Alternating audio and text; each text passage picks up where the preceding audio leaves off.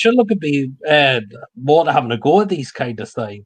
I mean, I don't think Man City have had the best start of the season to be honest. Like, they're not exactly high up there. Is probably where they should be. But yeah, because I think we're just lucky that we've only come out of conceding 2 goals, I would say. Well, it was inevitable he was going to go 5 at the back. I mean, if he says he's always going to go 5 at the back against bigger teams, yeah, he's going to stick by his word when he comes out with that. I mean, we've seen it in the past few games against bigger teams. He always got the 5 at the back. Liverpool, right off. Leicester, I think that's a write-off as well. And I've got to say, I think Arsenal's it could be a write-off as well at this rate. I mean, our record down the Emirates is absolutely atrocious. We haven't won there since 2010, I believe, when Andy Carroll scored that header. And so you're saying you'd start Andy Carroll again for the ban against Arsenal at the Emirates? Yes, I think Carroll's done at this football club. I wasn't expecting a lot, like everyone. Like after the Fulham game, I was pretty mad. I'm not mad. I'm not sad. I'm not anything today. I'm just trying to get to the new year, right? I'm on record for 0 points for the rest of the year, and that was including the Brentford match, even though we lost that. So I guess my worries are more sort of midterm. I don't think we'll be relegated. I really don't. I think it'll be interesting because of what we do, but I'm concerned about the summer and next year, and maybe it's too early for that. But that's kind of where my head's at. I'm deeply concerned about that. Less so about today, would be my opinion. I'm an analyst for a living, and I would advise someone like Mr. Ashley that you're endangering your assets. Here are some risks you should consider. But I don't think he values managers, right? I think that's kind of a long-term message from him. He didn't value Rafa. He didn't like Rafa telling him what he thought. And I think that he gets a good deal. Like, I've never been to one of his shops, but I feel like Steve Bruce would look good on a rack. It's just a good value to sit there and sell to passersby that'll give him his money. So I don't think he sees it as a risk like we do. I really don't. And I'm not certain someone, me, Charlie, or anybody would even tell him that if they thought that. Do you guys think someone would speak truth to him? Do you think anyone speaks truth to him? Let's face it. And to see my team, the team that's had the likes of Kevin Keegan, Manchester Club, Sir Bobby Robson, Manchester Club, God rest his soul, Rafa Benitez, Manchester Club, to then come to this absolute fraudster, this guy that looks like we just pulled out of a bus stop and said, here you go, here's the manager's job for you, see what you can do with it. He's had countless opportunities. He's had more money than sense, and more money than Rafa, should I say, as well. And then yet, the amount of things that he's done. Like, I've heard you early on in the show, Sam, talk about the whole Joe Linton thing, saying they can't play up front by himself. What do? You play him up front against Manchester City. Manchester City, where he's not going to get an absolute sniff. Are you nuts? Are you on crack? Like, what are you doing, bro? What are you doing? Has this guy got any managerial sense whatsoever? Then I saw the possession stats. It was something like 25% in the first half and 12% in the second half. What are we doing? Are we running away from the ball? What is it, like hot potato or something like that? We're playing actual football, lads, where you actually have to have the ball. You have to treat the ball like your friend, not run away from it. Like, what are we doing? What are we doing in training session? I know it's been over the Christmas period, but as I said before, there's countless games that we've looked like this before. Brentford's one of them. We lost to a championship club comfortably.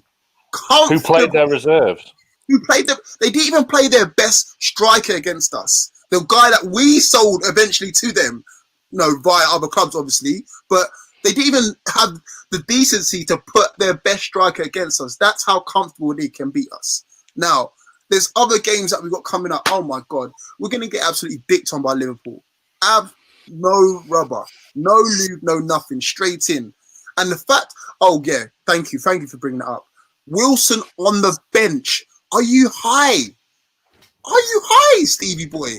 Like, no, there's nothing to save him. There's nothing to save this absolute buffoon. Get him out of my club right now. Tonight, I want his resignation right now. I don't care who you get in. I don't care if you get you, Sam, in. I don't know if you get my mum in. I don't care if you get me in. Yes, listen, anyone better than this absolute fraud in my club. Stop frauding at my club. Get out of my club right now. Seven of our men or something along those lines in our own area, and we still concede a goal. We can't even manage to flip and get a, Bruce out salmon. I agree with you, Ben.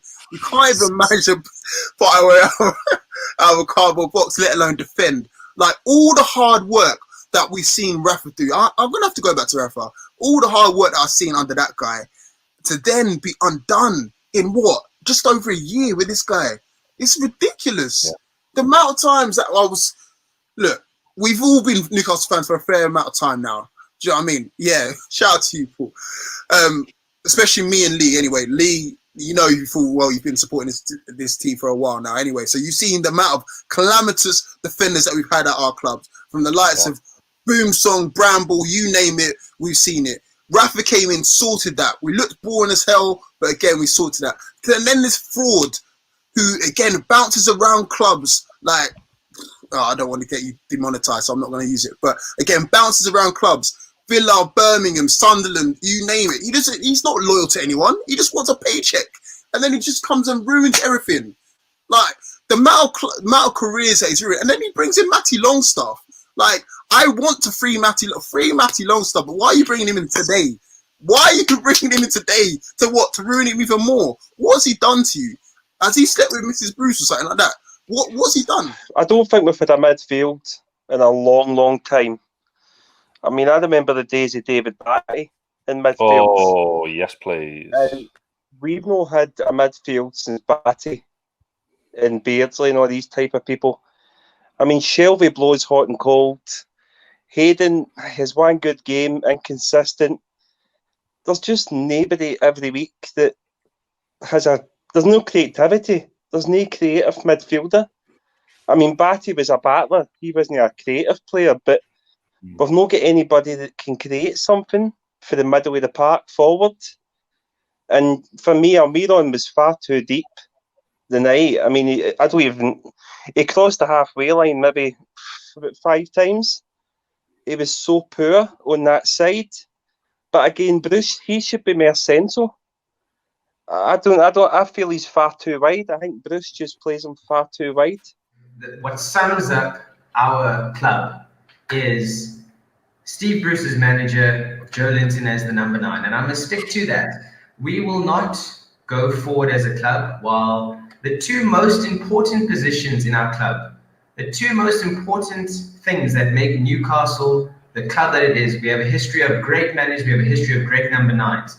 While we have Joe Linton as the number 9 and we have Steve Bruce as the manager, that's the best we can hope for. We will have that level of football forever. For as long as the number 9 is Joe Linton, as long as the manager is Steve Bruce. That sums up everything to us. But that's a bigger picture. On tonight, I think we owe a lot to Carl Darlow for keeping us in the game. I don't think Martin Dubravka can just walk back in here. The defense was...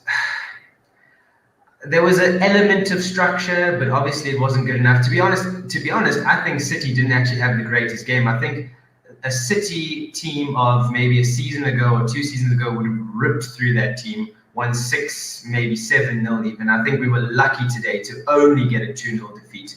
It's actually like it's become so pessimistic now that I was actually somewhat relieved that we didn't walk away from that game tonight with a 7 or 8-0 thumping. Because all day today I was like, looking to watch it, an hour to kick off. I was like, oh, hopefully I forget about it, miss the first half, and come in and see the score and say, right, I want to watch it now. But yeah, now watching it, it's just, I don't know. Like, under Rafa, our 5-2-3, there was structure, there was depth.